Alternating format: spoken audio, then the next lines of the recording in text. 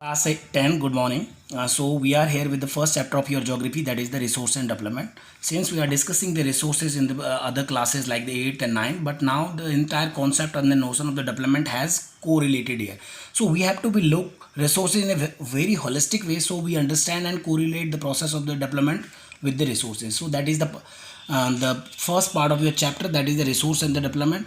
So we know what is the resources, something that is useful and satisfied our need, that called the resources. But in the class 10 the three important component is also there in order to understand the resource in a holistic way.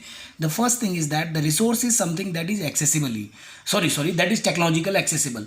It means अगर आपका मंगल ग्रह है, Mars आपका planet है, वहाँ पे land है, लेकिन लैंड पे आप टेक्नोलॉजिकली अभी जा ही नहीं सकते हैं, सिर्फ रोबोट जा रहे हैं वहाँ पे, आपको पता है, ठीक है। तो आप टेक्नोलॉजिकली पॉसिबल नहीं है, तो पहली बात तो रिसोर्स नहीं रहा आपके लिए, क्योंकि आप जा ही नहीं सकते। या मैं कहूँ कि वाटर से हम फ्यूल बनाने की टेक्नोलॉजी जो कह रहे हैं, H2O जो हाइड्रोजन को हम यूज कर रहे हैं, तो पानी तो है आपका, लेकिन आप फ्यूल के रूप में यूज नहीं करते, क्योंकि उसके लिए अभी आपको टेक्नोलॉजी चाहिए। जिन देशों के पास होगी उनने यूज किया हुआ, तो पहली बात टेक्नोलॉजी एक्सेसिबल होनी चाहिए, दूसरा इकोनॉमिकल फीसिबल, यानी आर्थिक रूप से उस रिसोर्स का दोहन फायदेमंद का सौदा हो। फॉर इंस्टेंस एग्जाम्पल के रूप में अगर मैं आपको बताऊं, आप ऐसे देखिए, कोलार में कर्नाटका में सोने की खदान है, लेकिन उन्होंने हमने गोल्ड निकालना, माइनिंग करना बंद कर दिया। क्यों? क्योंकि जो खदान में जो हमारा कॉस्ट है माइनिंग की, हमारा लेबर चार्ज है, टेक्नोलॉजी, वो इतनी ज़्यादा हाई है, उसके कंपेयर में सोना कम है, ठीक है, बहुत गहरी है, डीप है, तो हमने वहाँ से निकालना बंद कर दिया क्योंकि इकोनॉमिकल फीजिबल नहीं है। और तीसरा है कल्चरेबल एक्सेप्टेंस। कोई भी रिसोर्स तभी माना जाएगा जब समाज उसको स्वीकार करेगा। जैसे हमारे यहाँ हमने बात करी ओपियम, अफीम जिसको बोलते हैं, अफगानिस्तान में खेती होती है, इंडिया में भी खेती होती है, लेकिन आप अपने गांव में खेत ऐसा करेंगे तो पुलिस आपको आगे पकड़ भी सकती है, समाज भी आपको एक्सेप्ट नहीं करेगा कि आप किसी नशे की खेती कर रहे हैं, या मेरिजुआना जिसको बोलते हैं, यानी भांग का पेड़, वो कल्चरली एक्सेप्टेबल नहीं है। तो कोई भी चीज़ जो आपकी ज़रूरत को पूरा करती है, टेक्नोलॉजी से एक्सेसिबल है, इकोनॉमिकली फीजिबल है और कल्चरली एक्सेप्टेबल है, उसको हम रिसोर्स बोलते हैं, ठीक है। अब हम जब देखते हैं, तीन इंपॉर्टेंट इसके पार्ट हैं किसी भी रिसोर्स और को यूटिलाइज करने के लिए, कैसे आपस में इंटरडिपेंडेंस है। इन तीन चीज़ें, सेंटर में तो ह्यूमन है, आप और हम सेंटर पे हैं क्योंकि हम सबसे स्मार्ट है इस पूरे प्लेनेट पे। फिजिकल एनवायरनमेंट में आपके रिसोर्सेज हैं, ठीक है। आप सोचिए फिजिकल एनवायरनमेंट में गौला नदी में, हल्द्वानी से बहने वाली जो नदी है, वहाँ पर आपका स्टोन पड़ा हुआ है। अब स्टोन आप क्या करेंगे उस पत्थर से? आप स्टोन क्रेशर में लाएंगे, ट्रक की मदद से लाएंगे, जेसीबी से या आप क्रेन से उसको लेंगे। आपको टेक्नोलॉजी चाहिए, और टेक्नोलॉजी से ही नहीं होगा, बल्कि आपको इंस्टीट्यूशन चाहिए। इंस्टीट्यूशन, फैमिली एक इंस्टीट्यूशन है, सरकार एक इंस्टीट्यूशन है, लोग इंस्टीट्यूशंस हैं। तो ये जब सारी चीज़ें मिलती हैं तब जाके इन तीनों की आपस में इंटरडिपेंडेंस है। अगर इनमें से फिजिकल एनवायरनमेंट, इंस्टीट्यूशन या टेक्नोलॉजी से में अगर आप एक भी चीज़ उठा दो तो रिसोर्स आपके यूटिलाइज नहीं होगा।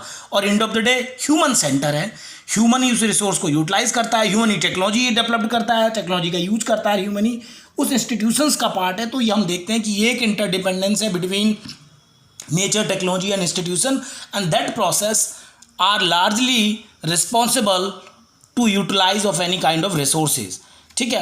क्लासिफिकेशन ऑफ द रिसोर्सेज अलग अलग तरह से हो सकता है, हमने छोटी क्लासेस में पढ़ा है। बायोटिक एंड अबायोटिक याद है आपको? बायोटिक वो होते हैं एनिमल, प्लांट, फ्लोरा, फना, वो बायोटिक हैं जो रिप्रोड्यूस करते हैं, ठीक है, एक प्रोसेस है। अगर प्लांट है, प्लांट डीके भी हो गया तो अगला प्लांट हो जाएगा, अगर सीड्स है तो ये बायोटिक है, हम इसको जानते हैं, ठीक है। इस तरह से हम देखें तो लेकिन अब हम आगे की क्लासों में एक अलग तरह से देखने की कोशिश करेंगे। हम देखेंगे पहला तो है नेचुरल रिसोर्सेज में रिन्यूएबल और नॉन रिन्यूएबल, ठीक है। आपने छोटी क्लासों में पढ़ा है रिन्यूएबल, मैंने दोबारा, जिसको आप दोबारा से यूज कर सकते हैं। वाटर साइकिल के कारण हमेशा रिन्यूएबल है।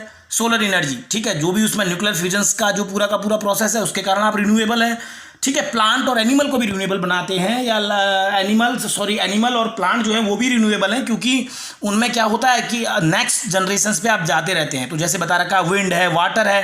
रिन्यूएबल की दूसरी प्रोसेस है बायोलॉजिकल, जैसे प्लांट और वाइल्ड लाइफ, जंगली जानवर अपने आप वो प्रोसेस होती रहेगी। नेचुरल वेजिटेशन, जंगल में पेड़ अपने आप होंगे, पुराने पेड़ खत्म होंगे, उनके सीड्स होंगे, उससे नए बनेंगे, ये है आपका रिन्यूएबल। नॉन रिन्यूएबल क्या है? वो जो once you use the resources, तो वो उसकी जो प्रोसेस है रीजनरेट होने की बहुत टाइम लगता है, दोबारा से नहीं होती है। इसको दो तरह से बांटा गया है, कुछ रिसाइकलेबल है, नॉन रिसाइकलेबल है, ठीक है। रिसाइकल में आप उसको दोबारा से यूज कर सकते हैं, जैसे आप लोहे, आयरन को अगर आप यूज कर रहे हैं, दोबारा प्लास्टिक को भी आप यूज कर सकते हैं, वो रिन्यूएबल है।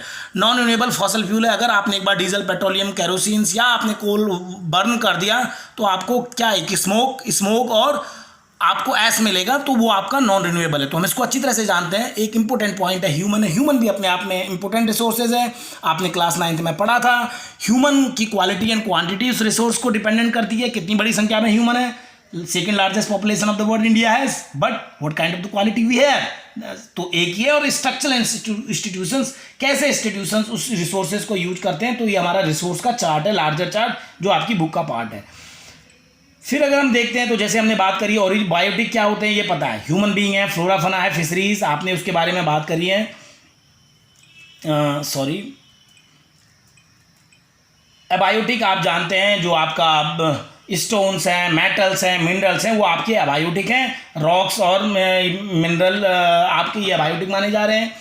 और एक और क्वालिटी, एक और क्राइटेरिया है, वो है एग्जॉस्टिबिलिटी। एग्जॉस्ट मैंने होना खत्म होने के हिसाब से, रिन्यूएबल, नॉन रिन्यूएबल अभी हमने बात करी थी। रिन्यूएबल वो हैं जिनमें फिजिकल, केमिकल या मैकेनिकल प्रोसेस ऐसे होती है कि समय समय पे वो रिसोर्सेज क्या होते हैं, नए होते रहते हैं, ठीक है। और नॉन रिन्यूएबल है कि इनमें एक लॉन्ग जियोलॉजिकल टाइम में रिसोर्सेज बनते हैं, जैसा आपका आयरन है, जैसे कोई भी मेटल है, जैसे आपका फॉसल फ्यूल है, तो वो नॉन रिन्यूएबल है। तो हम ये अच्छी तरह से जानते हैं, पहली क्लासों में हमने पढ़ा है इसको। मैंने बेसिस ऑफ एग्जॉस्टिबिलिटी को ऐसे दिखाने की कोशिश की है, रिन्यूएबल नॉन रिन्यूएबल को हम कैसे करें।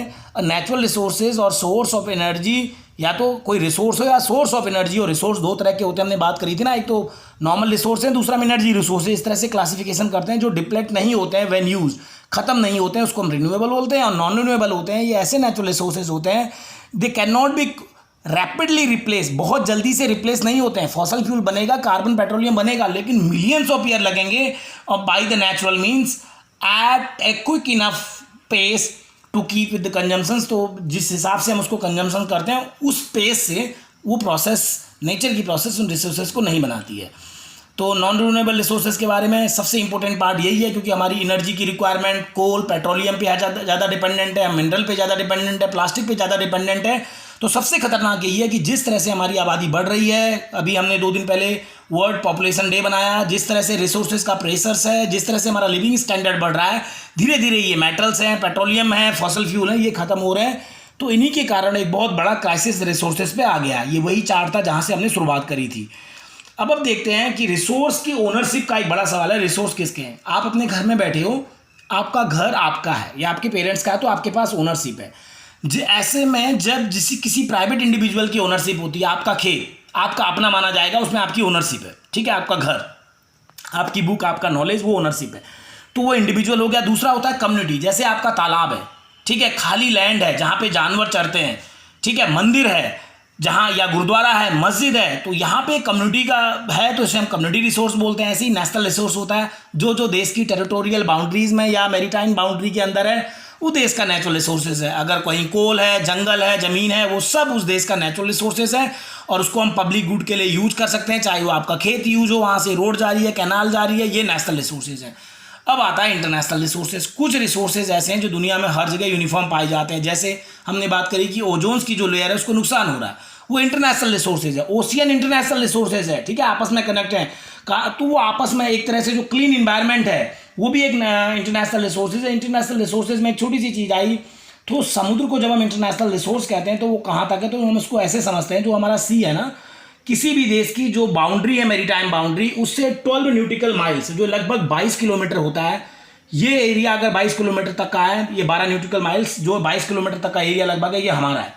इसमें किसी देश की आर्मी या जहाज नहीं आ सकता बिना हमारी परमिशंस के। इस पूरे एरियाज को इंडियन नेवी कवर करती है। अगर आप यहाँ पे आएंगे तो आपको एनिमी माना जा सकता है, बिना परमिशंस पे आप पे अटैक किया जा सकता है। उसके बाद आपकी जो टेरिटोरियल बाउंड्रीज है, यहाँ से लेके 200 न्यूटिकल माइल्स तक का जो इलाका होता है, इसको हम बोलते हैं, लिखा हुआ है एक्सक्लूसिव इकोनॉमिकल जोन। ये ऐसा एरियाज है जिसमें अगर यहाँ पे पेट्रोलियम मिला, यहाँ पे कोई रिसोर्स मिला, जैसे बॉम्बे हाई आपने सुना हुआ समुद्र के अंदर से, तो उस पे उस देश का अधिकार होगा, भारत का उसमें राइट्स होगा, कोई दूसरा देश उस पर क्लेम नहीं कर सकता। और उसके बाद जो अलग एरियाज है, ये फ्री सी है, इस पर किसी देश के जहाज हथियार लेके नहीं जा सकते, कोई भी देश ट्रेड करेगा, किसी को कोई प्रॉब्लम नहीं होगी। तो अब इसको इंटरनेशनल बाउंड्री कहते हैं। तो रिसोर्सेज के हिसाब से बता दिया, इसके अंदर जो रिसोर्सेज हैं, इसके अंदर जो सारी चीज़ें, इसके अंदर जो मछलियाँ हैं, वो सब भारत की मानी जाएंगी, अगर ये भारत की लैंड से जुड़ा है। अब हम देखते हैं कि रिसोर्स के जो डेवलपमेंट का स्टेज है, वो भी अलग अलग होता है। कुछ है पोटेंशियल रिसोर्स है, क्या पता ही सैंड में यूरेनियम मिल जाए, ये पोटेंशियल है। ये देखो आप देख रहे हैं कबाड़ है, जिसको हम बोलते हैं गार्बेज। ये लगेगा तो गार्बेज कहती है, हम उसके लिए कबाड़ है, लेकिन ये गार्बेज कबाड़ नहीं है। इसको हम यूज कर सकते हैं, इससे हम एनर्जी बना सकते हैं, इससे हम फर्टाइजर इससे हम बना सकते हैं, इससे हम प्लास्टिक को या और चीज़ों को यूज कर सकते हैं, उसको हम रिसाइकिल कर सकते हैं। तो ये ह्यूमन जैसे आप लोग हो, आप सब में एक पोटेंशियल रिसोर्सेज है। आप में से कल कोई एडमिनिस्ट्रेटिव सर्विसेज में जाएगा, कोई पॉलिटिकल लीडर बनेगा, कोई इनोवेटिव बनेगा। ये जैसे पेड़ दिखा रखा है, ये उम्मीद है। ये जो बीज है, बीज में जैसे एक तरह से उम्मीद होती है, तो ये पोटेंशियल रिसोर्सेज है जिनको फ्यूचर में यूज किया जा सकता है। और डेवलप्ड रिसोर्सेज हैं जो आपने डेवलप कर लिया है, ये इंजीनियर, डॉक्टर, प्रोफेसर, ये सब लोग हैं, ये पोटेंशियल है। यहाँ पे हमने खेत यूज कर रहे हैं, ये हमने पानी था, देखो पानी खाली जा रहा था, जब तक पानी खाली जा रहा है उसमें पोटेंशियल वो है या वो स्टॉक है, लेकिन हमने वाटर को चैनलाइज कर लिया, हमने यूज करके इलेक्ट्रिसिटी बना ली डैम में, तो ये क्या हो गया हमारा डेवलप्ड रिसोर्सेज। तो ये अलग अलग स्टेज है रिसोर्सेज की डेवलपमेंट। ये स्टॉक हैं जो आगे यूज आ सकते हैं, स्टॉक हुए हैं जो अभी हैं, अभी हम यूज नहीं कर पा रहे हैं, लेकिन हम फ्यूचर में यूज करेंगे। तो इस तरह से हम इस इंपॉर्टेंट पार्ट पे ही एंड करते हैं। Thank you.